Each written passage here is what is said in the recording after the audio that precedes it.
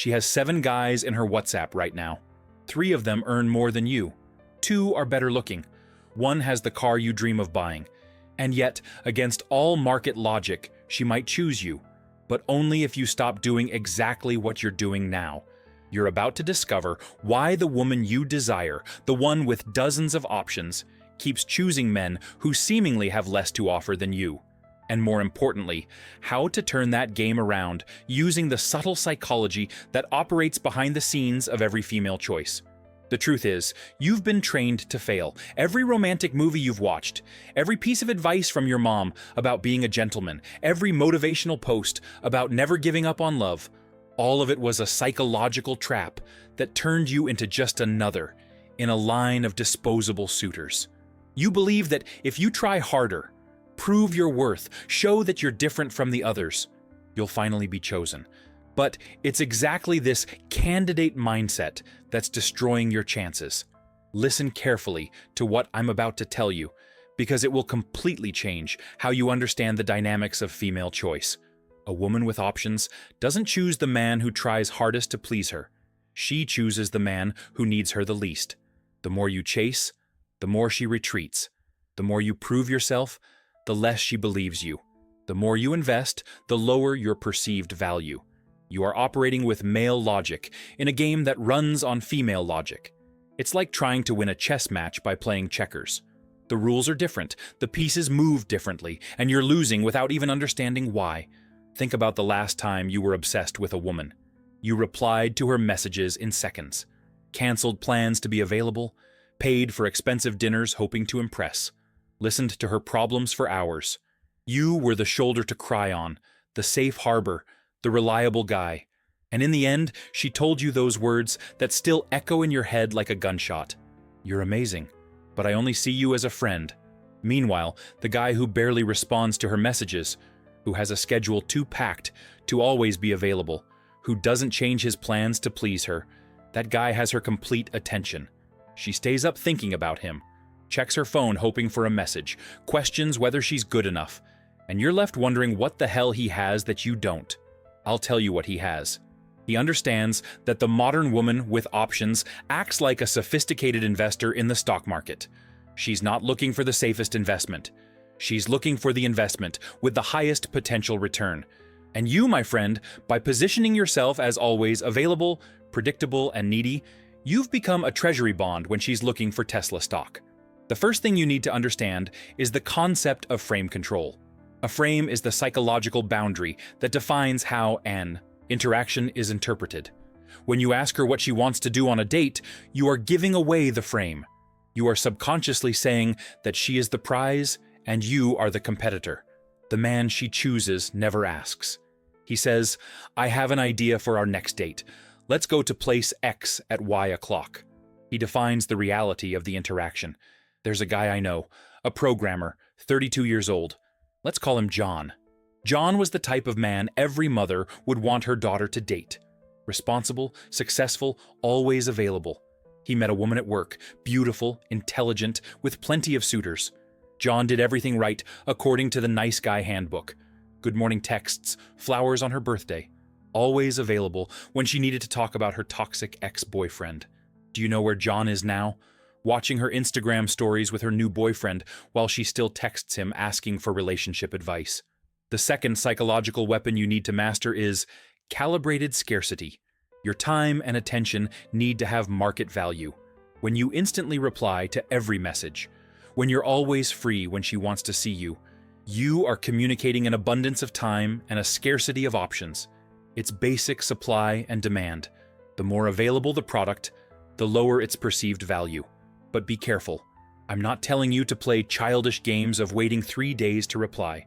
I'm talking about genuinely having a life so filled with purpose that you are naturally not always available. The difference between artificial scarcity and real scarcity is that one is manipulation and the other is a consequence of being a high-value man. Now comes the part that will hurt. Every interesting woman will test you. These are boundary tests. She'll try to change plans last minute. She'll take a long time to reply to your messages after having responded quickly. She'll mention other men to see your reaction. She'll ask for inconvenient favors. And every time you give in, every time you adjust your life to accommodate her whims, you fail the test. Richard, 38, startup owner. Met a model at an event. Beautiful, accustomed to men fawning over her. When she tried to reschedule their first date 2 hours beforehand because something came up, Richard simply said he understood, but he already had plans, and they could try another week.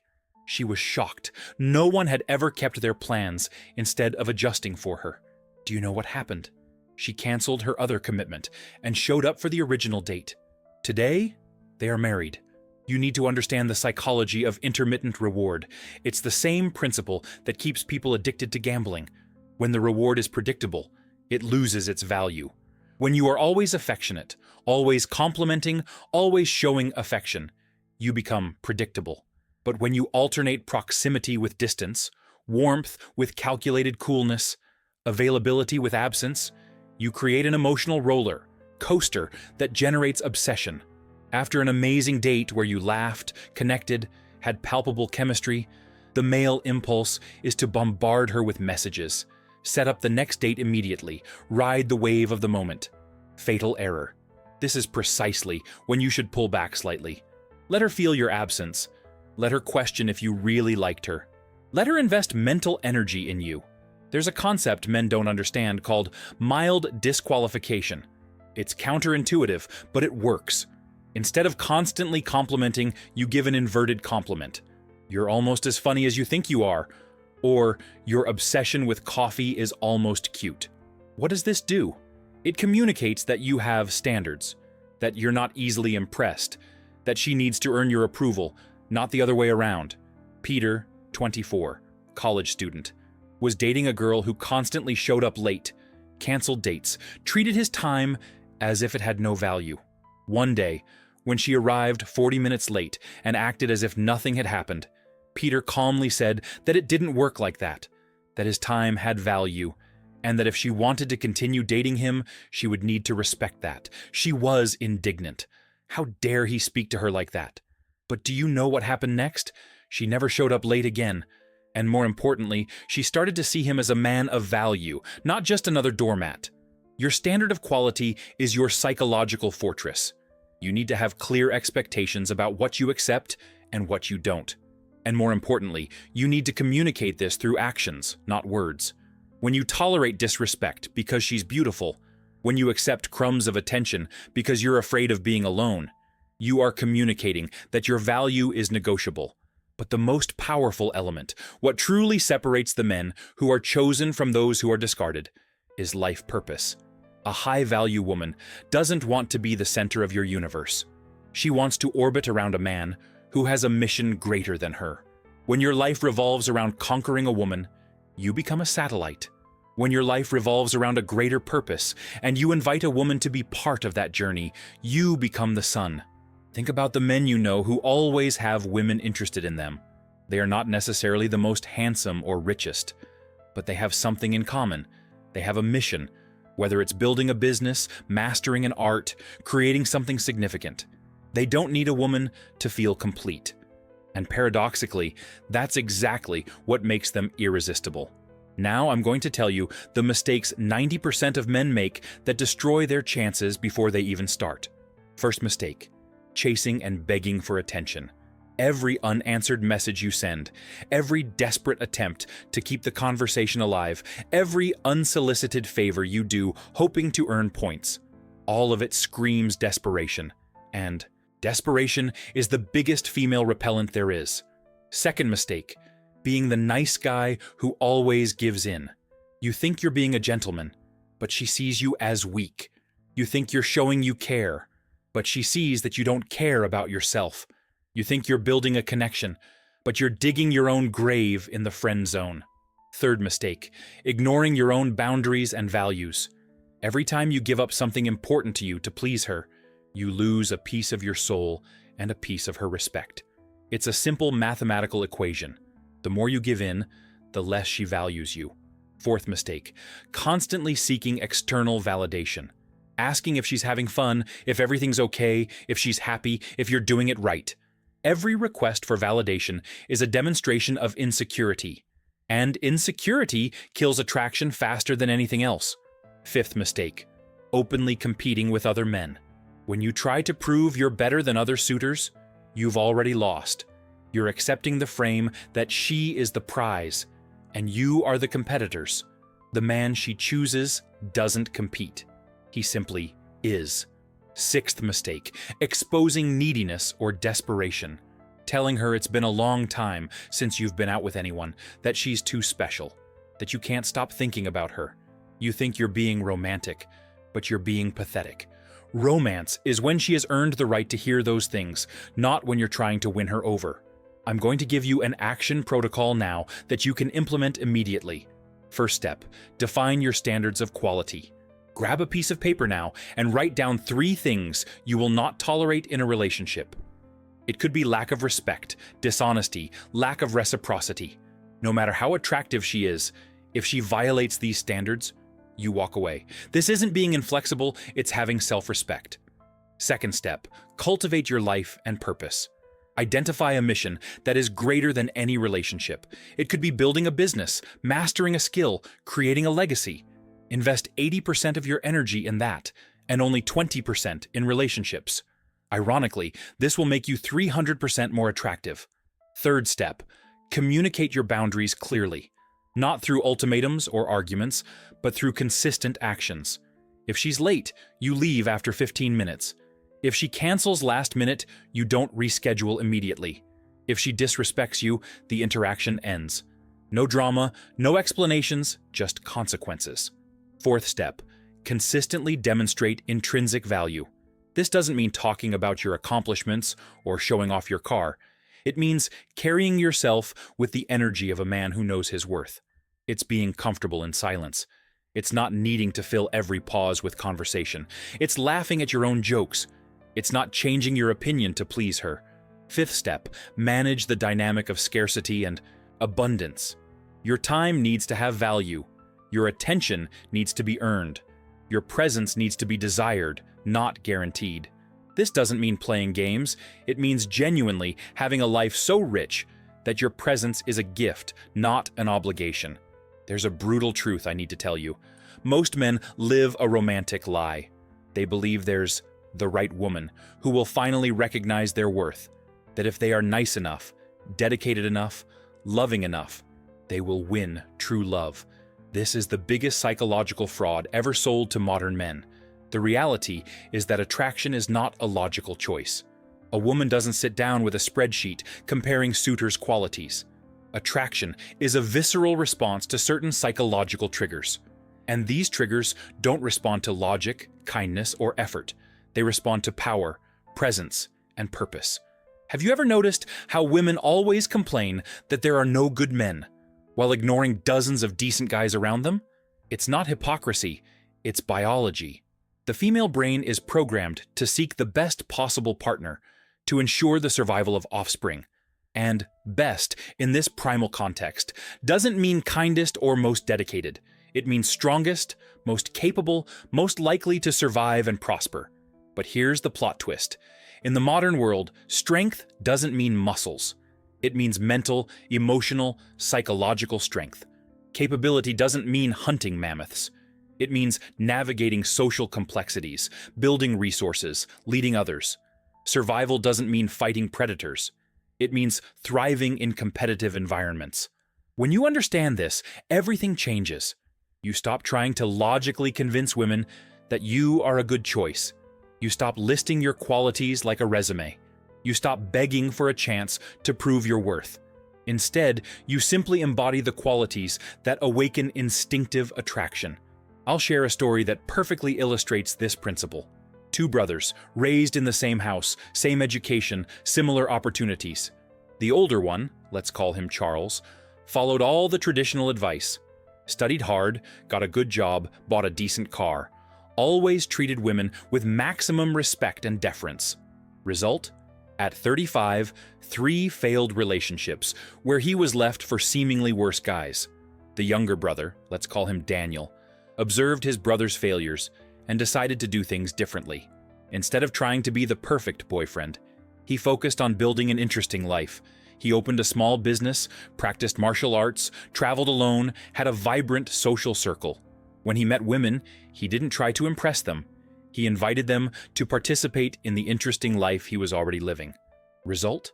He never lacked options and ended up marrying an incredible woman who pursued him, not the other way around. The difference wasn't in appearance, money, or status. The difference was in the energy. Charles emanated neediness. Daniel emanated abundance. Charles sought completeness. Daniel offered adventure. Charles needed validation. Daniel was the validation. This leads me to the most important concept you need to understand: internal frame versus external frame. External frame is when you derive your value from the response of others. You feel good when she replies to your messages, bad when she takes a long time. You're on top of the world when she agrees to go out with you, at rock bottom when she cancels. Your emotional stability is in her hands. Internal frame is when your value comes from within. You know who you are regardless of her response. If she doesn't recognize your value, it's her loss, not yours. If she chooses another, let him deal with her problems. You are not auditioning for the role of her boyfriend. She is auditioning for the role of companion on your journey. The transition from external to internal frame is the most difficult journey a man can make. It requires killing the nice guy within you. And don't get me wrong, I'm not telling you to become a jerk. I'm telling you to stop deriving your value from female approval. Every time you change your plans to accommodate her, you operate from the external frame. Every time you seek her validation, external frame. Every time you compete with other men for her attention, external frame. And every time you operate from the external frame, you lose a little of her respect and a lot of your own. Now let's talk about the most devastating mistake I see men make repeatedly. They confuse love with dependence. They think that desperately needing someone is the ultimate proof of love, that suffering for someone is romantic, that not being able to live without someone is the pinnacle of passion. This is not love, it's emotional addiction. And like any addiction, it destroys the user and repels those around them. A woman doesn't want to be your drug. She wants to be your companion. She doesn't want to be your salvation. She wants to be your partner. She doesn't want to complete you. She wants to complement you. There is a crucial difference between wanting someone and needing someone. When you want, you choose. When you need, you depend. Choice is attractive because it implies options. Dependence is repulsive because it implies weakness. Think of the most successful man with women you know. Not necessarily the one who gets the most women, but the one who has quality relationships, the one who is genuinely desired. I bet he doesn't need any woman. He wants to be with women. He chooses to be, but he doesn't need to be. And that difference changes everything. When you don't need her, you can be honest. You can express your opinions without fear of losing her. You can maintain your standards without fear of being alone. You can say no without guilt. You can say yes without desperation. You operate from a place of power, not neediness. But how do you develop this mindset when deep down you feel like you need her? The answer is brutal in its simplicity. You need to be willing to lose her. Not wanting to lose, but being willing. It's the difference between holding sand in a closed hand and an open hand. The tighter you squeeze, the more it slips away. The more you relax, the more remains. There's a psychological paradox few men understand. The less you need her love, the more she will want to give you love. The less you seek her approval, the more she will want to approve of you. The less you try to impress her, the more impressed she becomes. It's the paradox of interested indifference. Interested indifference is not being an emotionless robot. It's being genuinely interested in her as a person, curious about who she is, engaged in the interaction, but indifferent to the outcome. It's playing the game for the pleasure of playing, not for the need to win. It's dancing with her without needing to take her home. When you master this paradox, something magical happens. You stop performing and start being. You stop trying to say the right things and start saying the true things. You stop hiding your imperfections and start owning them. And ironically, this makes you infinitely more attractive. Let me tell you about a concept that will blow your mind: strategic vulnerability. It's not the weak vulnerability of sharing all your insecurities on the first date. It's the strong vulnerability of being authentically yourself without apologizing. It's admitting when you don't know something without feeling lesser. It's expressing desire without appearing needy. Most men hide their vulnerabilities thinking it makes them seem strong. But what it actually communicates is that you have so much to hide that you need to wear a mask. True strength is being able to show your scars without bleeding all over her. It's sharing your battles without seeking her compassion. There's a difference between saying, "I'm broken and I need you to fix me," versus, "I've been through tough times that forged me into the man I am today." One is emotional dependence. The other is emotional maturity. One repels, the other attracts. Now we need to talk about the elephant in the room: sex. Most men operate with a sexual scarcity mindset.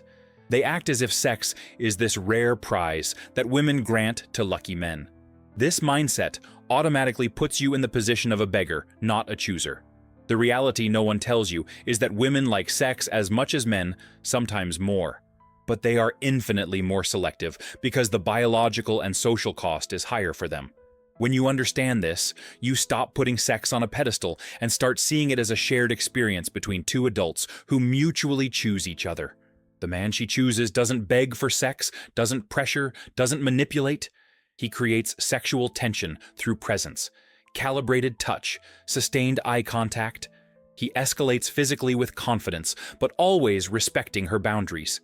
He leads the dance, but is always attentive to her signals. But here's the secret few understand. The best way to have sexual abundance is not to need sex. When sex is not your primary goal, when you are genuinely more interested in getting to know her as a person, when you are not desperate to close the deal, you become infinitely more sexually attractive. It's another paradox. The less you seek sex, the more opportunities appear.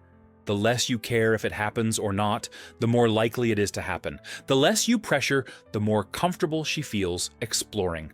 Let's talk about male competition. Most men see other men as direct competitors. They compare muscles, cars, salaries, trying to prove they are the better option. This is a scarcity mindset. The high-value man doesn't compete with other men because he's not in the same category.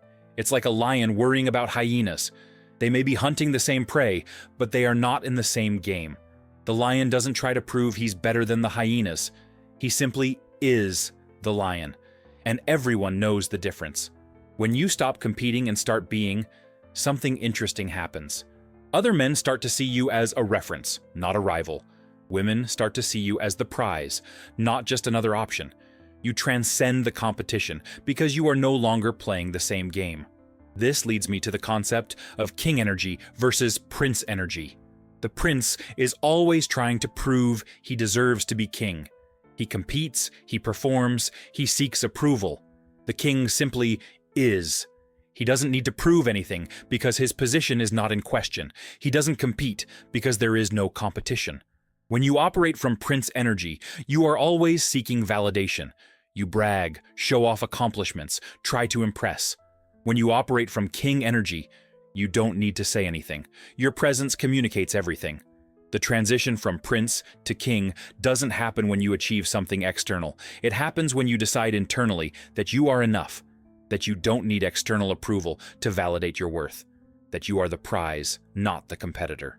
But be careful. King energy is not arrogance. Arrogance is insecurity disguised as confidence. It's loud, aggressive, needs to put others down to feel superior. King energy is quiet, solid, doesn't need to diminish anyone because it doesn't feel threatened by anyone. Now let's dismantle the biggest lie sold to modern men. The idea that you need to completely change who you are to attract women. That's bullshit. You don't need to become another person. You need to become the best version of yourself. The difference is crucial. When you try to be someone else, you wear a mask. And masks are exhausting to maintain. Eventually it falls. And the woman sees that she fell in love with a performance, not a person. But when you become the best version of yourself, there's no mask to fall. This means amplifying your natural strengths, not hiding your quirks. If you are naturally introverted, don't try to be the life of the party. Be the most interesting, profound, and magnetic introvert there is. If you are naturally analytical, don't try to be super emotional. Use your analytical mind to create fascinating conversations. The problem is that most men are ashamed of who they really are. They think they need to be the stereotype of the alpha male to attract women. But the truth is that authenticity beats performance every single time. A woman prefers an authentic nerd over a fake alpha. But authenticity doesn't mean using your weaknesses as a crutch. It's not about saying I'm shy and doing nothing about it. It's about recognizing I'm naturally more reserved, so I'm going to develop depth instead of breadth in my interactions. I'll tell you a secret that completely changed my perspective. The women who are truly worth it are not looking for perfection. They are looking for congruence. They want a man whose actions, words, and energy are aligned. A man who is the same person in public and in private. A man who doesn't need to manage multiple versions of himself. When you are congruent, you don't need to remember which version you presented. You don't need to keep consistent stories. You don't need to worry about being caught being yourself. You simply are, and that is enough. But here's the hard part. To be congruent, you first need to know who you are. And most men have no idea. They are a collage of external expectations, social conditioning, unresolved traumas. They have never stopped to question what they truly want versus what they have been programmed to want. Do you want that specific woman because you genuinely connect with her, or because she would validate your ego? Do you want a relationship because you want to share your life, or because you're afraid of being alone? Do you seek sex because you truly desire intimacy, or because you need to prove something to yourself?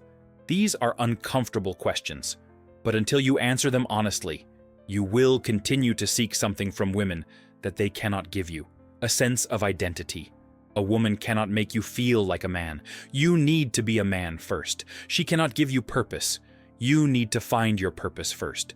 She cannot complete you. You need to be complete first. She can complement your life, not compensate for your deficiencies. When you understand this, everything changes. You stop seeking salvation in her arms. You stop expecting her to heal your wounds. You stop needing her to validate your existence. And ironically, it's exactly when you stop needing these things that she naturally wants to give them to you. Let me tell you about the final test. Every high-value woman, consciously or unconsciously, will apply this test. She will temporarily pull away to see your reaction. It could be taking a long time to reply to messages, canceling dates, seeming distant. It's the ultimate neediness test. Most men fail miserably. They panic, send multiple messages, seek reassurance, try to fix something that isn't broken. They show their cards. They reveal that they are operating from the external frame. They confirm her worst fears, that you need her more than she needs you. The man who passes the test does something revolutionary, nothing. He continues living his life. If she pulls away, he focuses on his purpose. If she takes a long time to reply, he's too busy to notice. If she cancels, he has other interesting plans. It's not faking it. It's a consequence of having a rich life. And when she comes back, because they always come back when you pass the test, he doesn't make a drama. He doesn't question where she's been. He doesn't demand explanations. He receives her warmly, but without desperation. Like a king receiving an ambassador, not like a dog receiving its owner. This test reveals the fundamental truth about female attraction. They are not attracted by what you do for them. They are attracted by what you are despite them. Your strength is not in how much you can give, but in how much you can retain. Your value is not in how much you need her, but in how much you choose her. Now, you are at a crucial moment. You can close this video and continue doing the same things, getting the same results, repeating the same patterns. Or you can make a decision that will fundamentally change how you relate to women, and, more importantly, to yourself. The clock is ticking. Every day that passes with you operating from the wrong mindset is another day strengthening patterns that sabotage you. It's another interaction where you position yourself as a beggar instead of a chooser. It's another lost opportunity to authentically connect with a woman of value. The choice is binary. Either you continue to be just another, in the line of disposable suitors, competing for crumbs of attention, or you position yourself as the prize, the man she fears losing, the investment she wants to secure. But here's the time-sensitive ultimatum.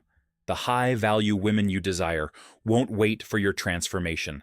While you procrastinate, they are meeting men who have already understood the game, men who don't need an instruction manual, men who naturally operate from the internal frame. Every day you postpone this change, the gap between you and the man you could be widens. It's psychological entropy. The more you reinforce weak patterns, the harder it becomes to break them. The more you operate from neediness, the more needy you become. The decision needs to be made now. Not tomorrow, not Monday, not next year, now. Because the brutal truth is that tomorrow will be identical to today if you don't change the equation. You will continue to attract the same type of woman, create the same type of dynamic, get the same type of result. Your first practical step is brutally simple, but psychologically difficult. Identify now, at this moment, 3 behaviors of yours that communicate low value. It could be replying to messages instantly. It could be canceling your plans to be available. It could be constantly seeking validation. Identify 3 and commit to stopping them immediately. Second step, even more crucial, define your purpose beyond women. What would you do with your life if sex and relationships were not an option? What legacy would you leave? What mountain would you climb? Find that and make it your primary mission. Women become a pleasant bonus, not the main objective. The third and final step of the immediate protocol: choose a woman in your life. It can be someone you're interested in or just an acquaintance. And practice one of the concepts you learned today. If she tests your boundaries, maintain them. If she seeks excessive validation, don't provide it. If she tries to control the frame, gently but firmly take it back. It's not about being cruel or manipulative. It's about establishing a healthy dynamic from the start, to communicate through actions, not words, that you are a man of value who does not negotiate his standards, that you choose to be with her. You don't need to be with her. The cost of not acting is measurable and compounding. Every failed interaction is not just a lost opportunity. It's a negative reinforcement that diminishes your confidence for the next interaction. It's a vicious cycle where failure generates more failure, neediness generates more neediness, desperation generates more desperation. But when you break this cycle, when you make the decision to operate from a place of power instead of need, the effect is also compounding. Every successful interaction builds your confidence. Every boundary maintained strengthens your frame. Every test passed increases your perceived value. The woman who will choose you, the one with multiple options, is not looking for another man who needs her. She is looking for a man she needs to conquer. Not through games or manipulation, but through being genuinely valuable to her already complete life. She wants to be chosen by a man who could have anyone. She wants to compete for attention that is not guaranteed. She wants to invest in someone whose emotional return is not predictable. She wants the roller coaster, not the carousel. But to give her that, you first need to have it within yourself. You cannot give what you do not have. You cannot project value that you do not possess. You cannot fake an internal frame when you operate from an external one. The transformation needs to be real, deep, fundamental. And here's the final truth few will tell you. Even when you do everything right, some women won't choose you. And that's okay. Because when you truly understand your worth, when you operate from the internal frame, when you have purpose beyond women, rejection doesn't break you. It frees you to find someone who recognizes and values what you offer. The goal was never to get just any woman. It was to get the right woman. The one who aligns with your values, complements your life, recognizes your worth. And to attract her, you first need to become the type of man who naturally attracts women of that caliber. This doesn't happen overnight. It's a process of psychological death and rebirth. The death of the nice guy, the needy man, the desperate competitor, and the birth of the centered, purposeful, magnetic man. The man who doesn't chase women because they naturally gravitate towards him. The journey is solitary at first. You will lose some friends who benefited from your weakness. You will scare away women accustomed to weak men. You will confront parts of yourself that you preferred to ignore. But on the other side of this journey is the version of you that you always should have been. The man who wakes up with purpose instead of neediness, who interacts with women as an equal instead of an inferior, who gives love by choice instead of necessity, who receives love as a bonus instead of validation. This man is not a fantasy. He is inside you now, buried under layers of social conditioning, fear, unresolved trauma. Every concept I shared today is a tool to excavate that authentic version of yourself. But tools don't work alone. They need to be used. Knowledge without application is intellectual masturbation. You can watch 1,000 videos, read 1,000 books, understand all the theory. But until you act, until you implement, until you risk failing, nothing changes. And the risk of failing is real. You will make mistakes at first. You will be awkward maintaining boundaries. You will sound fake projecting value. You will feel uncomfortable leading. But every mistake is a teacher. Every failure is feedback. Every rejection is redirection. What separates men who succeed from those who don't is not natural talent or appearance or money. It's intelligent persistence. It's the willingness to keep adjusting, refining, improving, to treat every interaction as a laboratory where you test and learn. But the learning needs to be honest, without rationalizing failures, without blaming women for your results, without hiding behind excuses, radical responsibility for your results, whatever they may be. When you take that responsibility, something powerful happens. You reclaim your power. Because if it's your fault, you can fix it. If you created the problem, you can create the solution. If you are the variable, you can change the equation. But changing the equation requires courage. Courage to be different, to go against what everyone else does, to risk judgment, to be willing to be temporarily alone while you rebuild your patterns.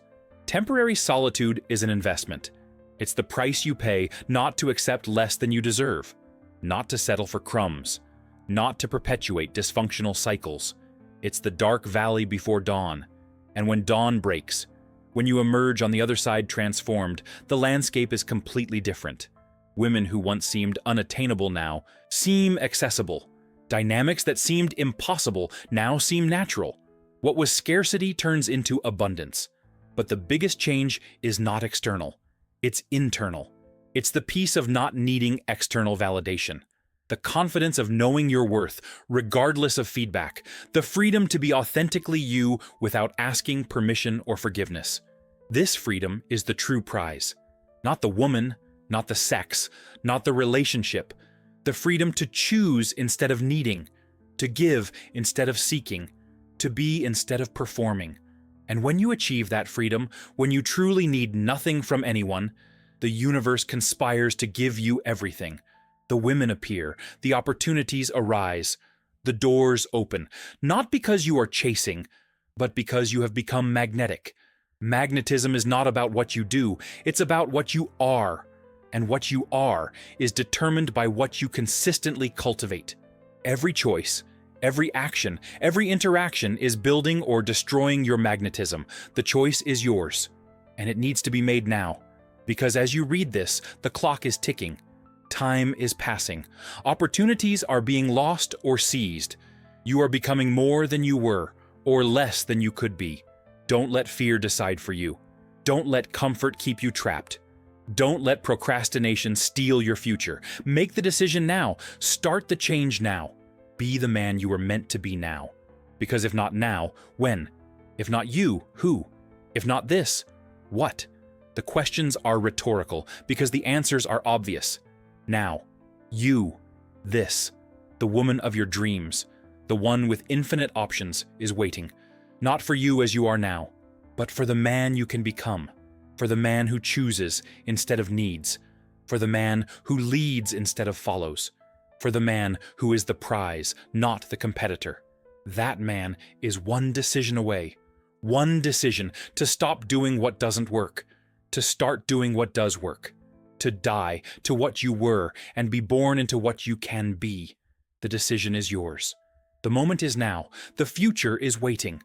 Make the choice.